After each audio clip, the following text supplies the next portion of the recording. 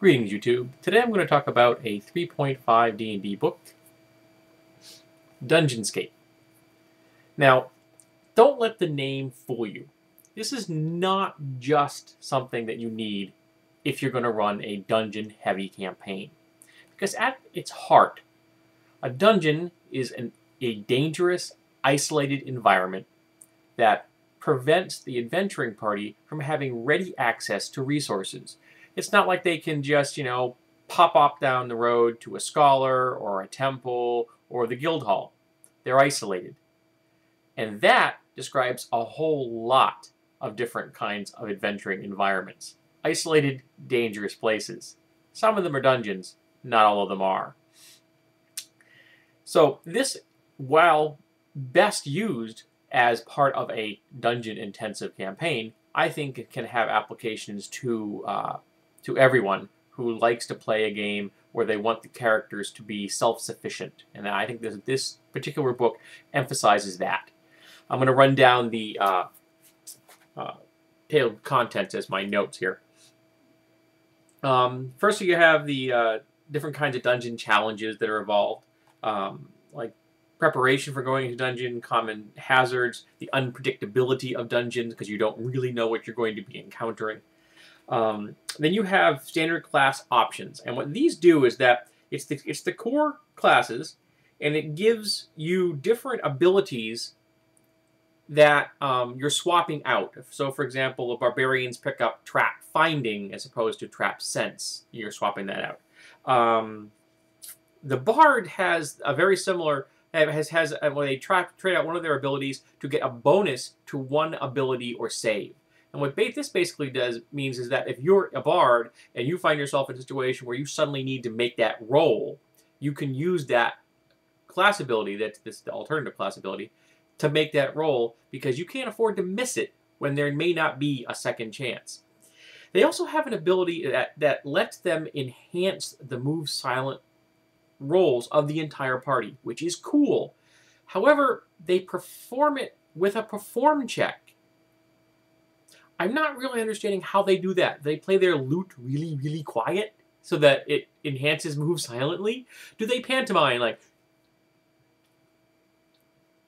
It doesn't make any sense. It makes mechanical sense, but as far as the fluff goes, I just not seeing it.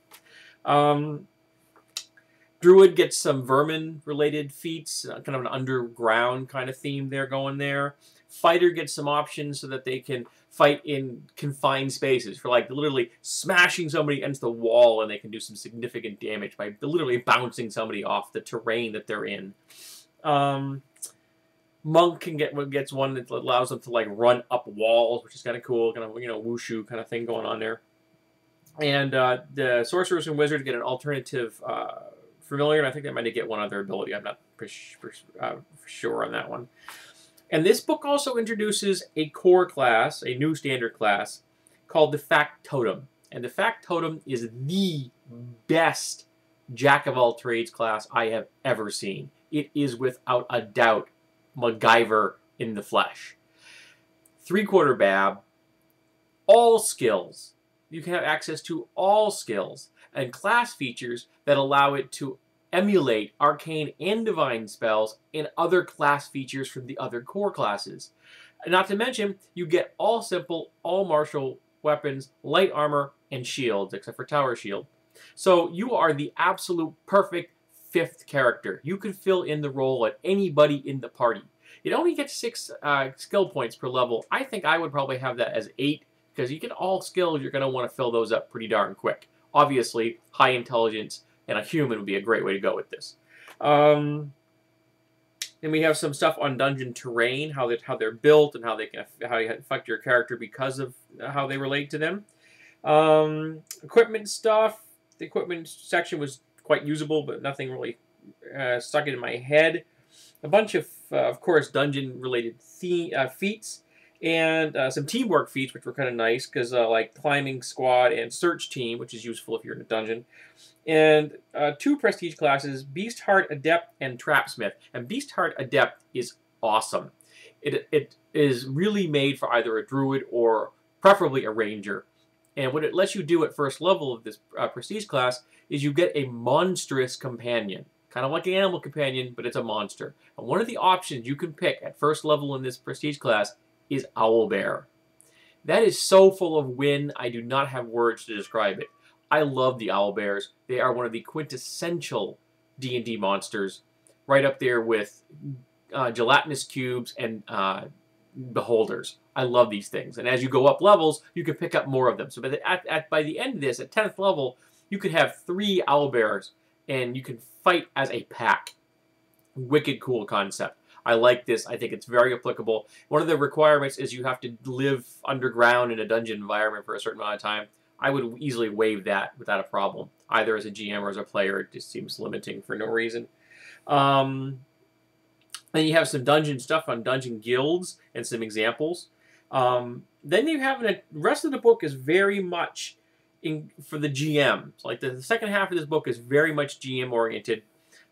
Designing dungeons, encounters in dungeons, some prestige classes and templates suitable for NPC monsters. Like one of the prestige classes, the Dungeon Lord, which makes me think of X-Crawl.